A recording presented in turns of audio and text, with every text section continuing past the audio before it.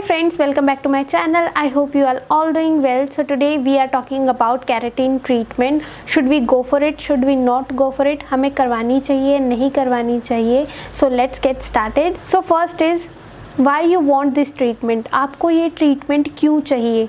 So my simple answer is that अगर आपके बालों में वेव है या कर्ल्स हैं, आप उसके साथ खुश हो पर आपके बालों में थोड़ी बहुत फ्रीजीनेस है और आपको वो केराटिन ट्रीटमेंट इसलिए करवाना है, तो आपको नहीं करवाना चाहिए। आपको केराटिन के बजाय स्मूथनिंग करवाना चाहिए, जो कि उसके लिए बेटर रिजल्ट देगा, जो कि आपके बालों में शाइन भी ऐड करेगा और आपके बालों को फॉर द 6 मंथ स्ट्रेट भी कर सकता है। सो फ्रेंड्स, अगर आपको अपने हेयर्स बिल्कुल ही फ्लैट जैसे हम सलून से करवा के आते हैं वैसे चाहिए, तो आपको केराटिन ट्रीटमेंट के लिए जाना चाहिए, not for the smoothing treatment. So friends, next is understand what are you getting. अगर आप जा रहे हो करवाने के लिए केराटिन ट्रीटमेंट, तो क्या वो सही से हो रहा है, क्या वो केराटिन ट्रीटमेंट ही है या फिर कुछ और करके दे रहे हैं केराटिन ट्रीटमेंट की जगह, या फिर आप स्मूथनिंग करवाने जा रहे हो उसकी जगह आपको रिबॉन्डिंग करके दे रहे हैं। तो उसके लिए आपको अवेयर रहना पड़ेगा कि आपको केराटिन ट्रीटमेंट करवाने गए हो तो फिर केराटिन ट्रीटमेंट ही होना चाहिए, ना कि स्मूथनिंग होना चाहिए। अगर स्मूथनिंग करवाने जा रहे हो तो रिबॉन्डिंग नहीं होना चाहिए, स्मूथनिंग ही होना चाहिए। So that's the point, be aware of that. So friends, next is be prepared for questionable treatment. अगर आप कह रहे हो कि केमिकल यूज नहीं होना चाहिए या फिर केमिकल यूज़ करना ही नहीं है, या फिर कोई सलून वाला कह रहा है कि आपके इस ट्रीटमेंट में हम केमिकल बिल्कुल यूज़ नहीं करेंगे, आपको बिल्कुल अच्छे से करके देंगे, तो इसको आप अपने माइंड से हटा कर जाइए और be ready for the weird smell of chemical. So friends, be ready for some sacrifices. अगर आप कोई भी ट्रीटमेंट करवाने जा रहे हो, चाहे वो केराटिन ट्रीटमेंट है चाहे वो स्मूथनिंग है, तो आपको अपने बालों को 3 दिन तक ना ही उसको वॉश करना है, ना ही उसको पानी लगने देना है, ना ही उसको कान के पीछे करना है, और ना ही आपको ऐसे कोई क्लिपर्स यूज़ करने हैं बालों को टाई करने के लिए, और ना ही आपको कोई बैंड यूज़ करना है अपने बालों को टाई करने के लिए।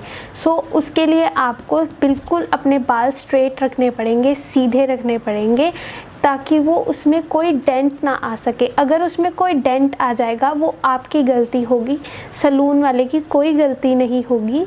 सो फ्रेंड्स, अगर आपके हेयर्स कलर्ड हैं या फिर आपने स्ट्रीक्स करवाई हुई हैं और उसके बाद आप करवाने जा रहे हो ट्रीटमेंट, तो उसके लिए आपको रेडी रहना पड़ेगा।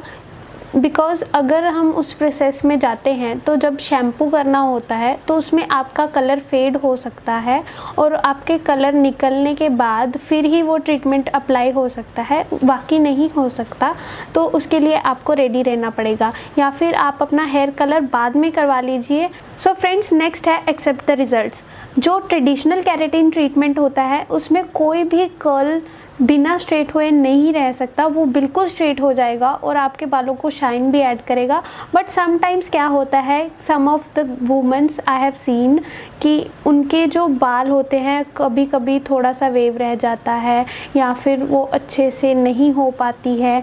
तो उसमें जो रिज़ल्ट्स हैं वो वेरी करते हैं कि ट्रीटमेंट कितना हार्ड दिया गया है आपके बालों के लिए, या फिर आयरन करते वक्त उसका टेम्परेचर क्या रखा गया है, क्या वो टेम्परेचर पे था तभी वो स्ट्रेट होना था, या फिर सम ऑफ द अदर थिंग्स, काफ़ी कुछ हो सकता है आपके बालों के साथ। सो फ्रेंड्स, नेक्स्ट इज़ आपको हमेशा बात करनी चाहिए अपने हेयर स्टाइलिस्ट के साथ कि आपको किस तरह का ट्रीटमेंट चाहिए और आपको किस तरह का रिज़ल्ट चाहिए, तो वो आपको आंसरेबल हो और आपको अच्छे सा रिज़ल्ट भी मिले। तो अपना माइंड बिल्कुल फ्री करने के बाद ही अपना ट्रीटमेंट लेने जाएं, ताकि वो आपका ट्रीटमेंट भी अच्छे से कर सके और आप अपना ट्रीटमेंट अच्छे से करवा भी सके।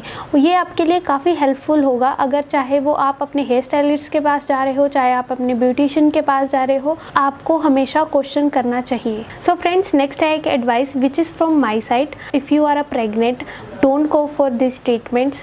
आपको हेयर लॉस हो सकता है, आपके बालों में ब्रेकेज आ सकती है, क्योंकि उन ट्रीटमेंट्स में केमिकल भी यूज़ होते हैं, और समटाइम्स हमारे हार्मोनल इम्बैलेंसमेंट के साथ हमारे बालों में ब्रेकेज और हेयर लॉस का प्रॉब्लम ज़्यादा हो जाता है। तो इसलिए मैं एडवाइस करती हूँ कि आप इन ट्रीटमेंट्स को प्रेगनेंसी टाइम में मत करवाइए, आप उसको आफ्टर प्रेगनेंसी या फिर बिफ़ोर प्रेगनेंसी करवा सकते हैं, बट प्रेगनेंसी के टाइम पे नहीं करवाना चाहिए। सो फ्रेंड्स, अगर आपको ये वीडियो अच्छा लगा हो, so please like, share and subscribe. Till then, bye.